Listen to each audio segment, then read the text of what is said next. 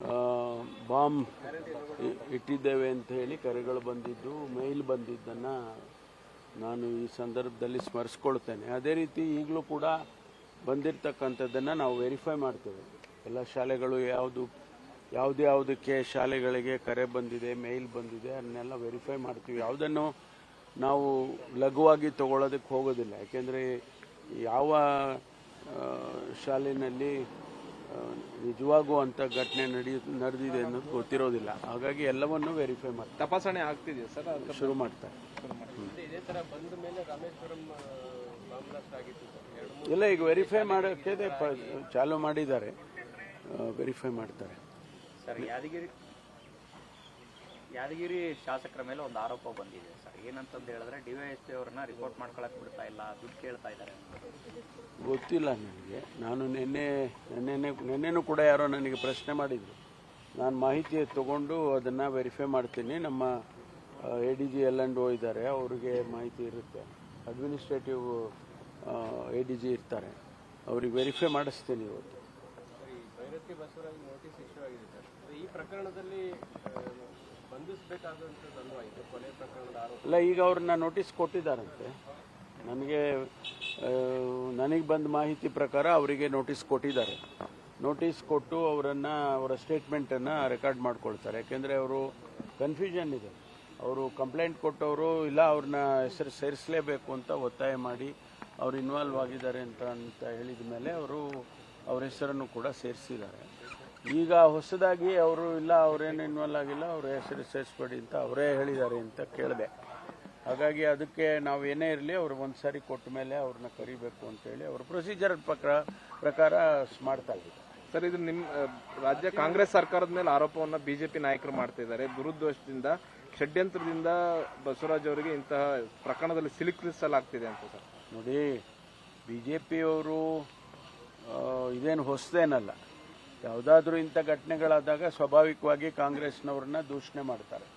ಆದರೆ ಕಾನೂನಿನ ಚೌಕಟ್ಟಿನಲ್ಲಿ ಏನು ಕೆಲಸ ಮಾಡಬೇಕು ಅದನ್ನು ಪೊಲೀಸ್ ಇಲಾಖೆ ಮಾಡುತ್ತೆ. ಕಾಂಗ್ರೆಸ್ ಆಗಲಿ BJP ಆಗಲಿ ಒಬ್ಬೊಬ್ಬರು ಇದ್ದಾಗ ಒಂದೊಂದು ಥರ ಮಾಡೋದಿಲ್ಲ ಅವರು. ಹಾಗಾಗಿ ಅವರು ಆ ಕೆಲಸ ಅವ್ರು ಮಾಡ್ತಾ ಇದ್ದಾರೆ. ಭಾರತೀನಗರ ಮತ್ತು ಹೆಣ್ಣೂರು ಇಬ್ಬರು ಪಾತ್ರ ಕೂಡ ಈ ಕೊನೆಯಲ್ಲಿ ಇದೆ ಅನ್ನುವಂಥದ್ದು. ಎಲ್ಲ ಇನ್ವೆಸ್ಟಿಗೇಷನಲ್ಲಿ ಬರುತ್ತಲ್ಲ, ಯಾವುದನ್ನು ಕೂಡ ಸ್ಪೆಕ್ಯುಲೇಟ್ ಮಾಡೋದಕ್ಕೆ ಹೋಗೋದಿಲ್ಲ ನಾನು. ಅವರು ಏನಾದರೂ ಅವರು ಯಾರ್ಯಾರು ಇನ್ವಾಲ್ವ್ ಆಗಿದ್ದಾರೆ ಎಲ್ಲ ಇನ್ವೆಸ್ಟಿಗೇಷನಲ್ಲಿ ಬರುತ್ತೆ. ಅವ್ರು ಯಾರಾದರೂ ಇರಲಿ, ಅಧಿಕಾರಿಗಳಿರಲಿ ಅಥವಾ ಬೇರೆ ಯಾರೇ ಇರಲಿ. ಯಾಕಂದ್ರೆ ಈಗ ಹತ್ಯೆ ಆಗಿರೋನು 3 ಸರಿ ಕಂಪ್ಲೇಂಟ್ ಕೊಟ್ಟರು ಕೂಡ ಎಫ್ಐಆರ್ ಮಾಡಲಿಲ್ಲ. ಡಾಕ್ಯುಮೆಂಟ್ CCTV ಫುಟೇಜ್ ನಮ್ಮ ಆಫೀಸರ್ ಹತ್ರ ಓಡಾಡ್ತಿದ್ದಾರೆ ಅಂತ ಡಾಕ್ಯುಮೆಂಟ್ ಕೊಟ್ಟಾಗಲೂ ಎಫ್ಐಆರ್ ಮಾಡದೆ ಇಂಟೆನ್ಷನಲ್ಲಿ ಇನ್ವೆಸ್ಟಿಗೇಷನ್ನಲ್ಲಿ ಎಲ್ಲವೂ ಕೂಡ ಬರುತ್ತೆ. ಇನ್ವೆಸ್ಟಿಗೇಷನಲ್ಲಿ ಬಂದ ಮೇಲೇನೆ ನಾವು ಕ್ರಮ ತಗೊಳ್ಳೋದು. ಅದನ್ನ ಸ್ಪೆಕ್ಯುಲೇಟ್ ಮಾಡೋದಕ್ಕೆ ಆಗೋದಿಲ್ಲ. ಸರ್, ಇವತ್ತು ಮನೆ ಪೊಲೀಸ್ ಕಾರ್ಯಕ್ರಮ ಅಂತ ಮಾಡಿದ್ರೆ ಏನು ಸರ್?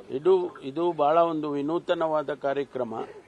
ಪ್ರತಿ ಮನೆಗೂ ಕೂಡ ಭೇಟಿ ಕೊಟ್ಟು ಅವರಿಗೆ ಯಾವುದಾದ್ರೂ ಸಮಸ್ಯೆ ಇದ್ದೆ, ಪೊಲೀಸ್ನವರ ಜೊತೆ ಅಷ್ಟೇ ಸಮಸ್ಯೆ ಇದೆ ಅಂತಲ್ಲ, ಬೇರೆ ಏನಾದರೂ ಸಮಸ್ಯೆ ಕಾನೂನಿನ ಚೌಕಟ್ಟಿನಲ್ಲಿ ಅವ್ರಿಗೇನಾದ್ರು ಇದ್ದರೆ ಅದನ್ನು ತಿಳ್ಕೊಳ್ಳೋದಕ್ಕೆ ಅನುಕೂಲ ಆಗುತ್ತೆ. ಮತ್ತು ಜೊತೆಗೆ ಅವರು ಯಾರ್ಯಾರು ಅವರ ಏರಿಯಾದಲ್ಲಿ, ಒಂದು ಪೊಲೀಸ್ ಸ್ಟೇಷನ್ ಇದ್ದರೆ ಅವರ ಏರಿಯಾನಲ್ಲಿ ಯಾರ್ಯಾರು ವಾಸ ಮಾಡ್ತಾರೆ, ಆಮೇಲೆ ಯಾವ ಬೀದಿಯಲ್ಲಿ ಯಾರಿದ್ದಾರೆ, ಇಂಪಾರ್ಟೆಂಟ್ ಯಾರಿದ್ದಾರೆ, ನಾಟ್ ಇಂಪಾರ್ಟೆಂಟ್ ಯಾರಿದ್ದಾರೆ, ಎಲ್ಲವೂ ಕೂಡ ಮಾಹಿತಿ ಸಿಕ್ಕತ್ತೆ. ಅದಕ್ಕಾಗಿ ಇದು ನೀವು ಇಡೀ ದೇಶದಲ್ಲೇ ಮೊದಲನೇ ಬಾರಿಗೆ ಒಂದು ವಿನೂತನವಾದ ಕಾರ್ಯವನ್ನು ಪ್ರಾರಂಭ ಮಾಡ್ತಾ ಇದ್ದೀವಿ. ಇದರ ಉಪಯೋಗ ಖಂಡಿತವಾಗಿ ಜನಸಮುದಾಯಕ್ಕೆ ಆಗುತ್ತೆ ಅಂತ ಹೇಳಿ ನಾವು ಭಾವಿಸಿದ್ದೇವೆ. ನಿನ್ನೆ ಕುನ್ನಾ ರಿಪೋರ್ಟ್ ತಗೊಂಡ್ಕೊಂಡ್ರಿ, RCB ಮೇಲೆ ಏನಾದರೂ ಪ್ರಕರಣ ದಾಖಲಾಗುತ್ತೆ ಸರ್? ಯಾಕಂದ್ರೆ ಇಲ್ಲ, ನಿನ್ನೆ ರಿಪೋರ್ಟನ್ನು ಅವರು ಕ್ಯಾಬಿನೆಟ್ ಮುಂದೆ ಇಟ್ಟಿದ್ದಾರೆ ಅಷ್ಟೇ. ನಿನ್ನೆ ಯಾವುದೇ ಚರ್ಚೆ ಕೂಡ ಆಗಲಿಲ್ಲ. ಚರ್ಚೆ ಮುಂದಿನ ಸಭೆಯಲ್ಲಿ, ಸಂಪುಟದ ಸಭೆಯಲ್ಲಿ ಆಗಬೇಕು ಅಂತೇಳಿ ಅವರು ಎಲ್ಲರಿಗೂ ಕೂಡ ವರದಿಯನ್ನು ಕಳಿಸ್ಕೊಡ್ತೀವಿ, ನೀವು ಅದನ್ನು ಓದ್ಕೊಂಡು ಬಂದು ಚರ್ಚೆ ಮಾಡೋಣ ಅಂತ ಹೇಳಿದ್ದಾರೆ. ಪೊಲೀಸರು ವೈಫಲ್ಯ ಕಾರಣ ಅನ್ನೋದನ್ನು ಮತ್ತೆ ಉಲ್ಲೇಖ ಮಾಡಿದ್ದಾರೆ ಸರ್ ವರದಿಯಲ್ಲಿ ಕೂಡ. ಅಲ್ಲ, ಅದು ರಿಪೋರ್ಟ್ ಓದೋಣ ಅಲ್ಲ. ರಿಪೋರ್ಟಲ್ಲಿ ನೀವು ಓದಿರ್ಬೋದು, ನಾವೆಲ್ಲ ಓದಬೇಕಲ್ಲ. ಅಲ್ಲಲ್ಲ, ಅದೆಲ್ಲ ನೀವೆಲ್ಲ ಓದ್ಬಿಟ್ಟಿದ್ದೀರಾ ಅಂತ ಅನ್ಕೊಂಡಿದ್ದೀನಿ. ನಾವಿನ್ನೂ ಓದಿಲ್ಲ, ಓದಬೇಕು. ನಿನ್ನೆ ತಾನೇ ಕೊಟ್ಟಿದ್ದಾರೆ ನಮ್ಗಳ ಕೈಗೆ. ಓದಿ ಮುಂದಿನ ಸಭೆಯಲ್ಲಿ ಚರ್ಚೆ ಮಾಡ್ತೀವಿ. ಏನು ನಿರ್ಧಾರ ತಗೋಬೇಕು ಅನ್ನೋದನ್ನ ಸರ್ಕಾರ ತೀರ್ಮಾನ ಮಾಡುತ್ತೆ.